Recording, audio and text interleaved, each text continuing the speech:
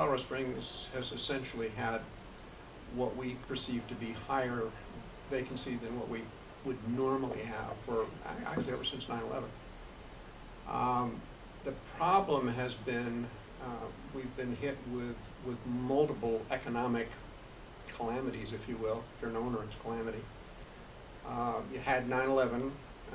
We've had a situation where we had the high-tech meltdown. Colorado Springs lost somewhere between 10 and 12,000 jobs over that period of time. Shortly after, starting in 2003, we had the deployments.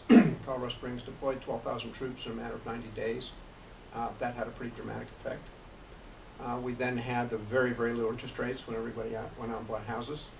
That had an effect. Then we had the most recent situation, which was the financial meltdown. And of course, that's had an effect. So now the civilian job picture has not been good.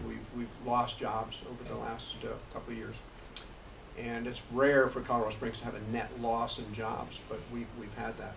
Now, balancing that, at least this year, this calendar year, and for the next couple of years, the military, of course, has a major impact on Colorado Springs. And Fort Carson has been earmarked for substantial growth.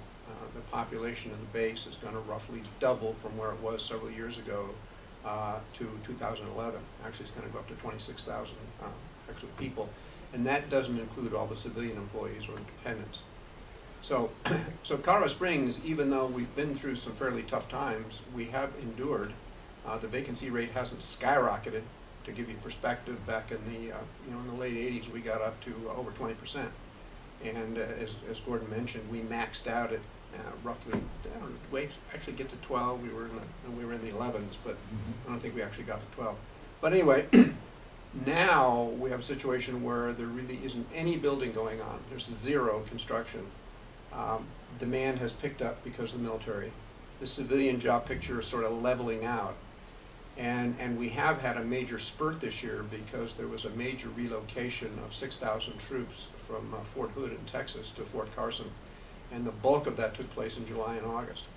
So we've seen vacancy rates go down so far this calendar year.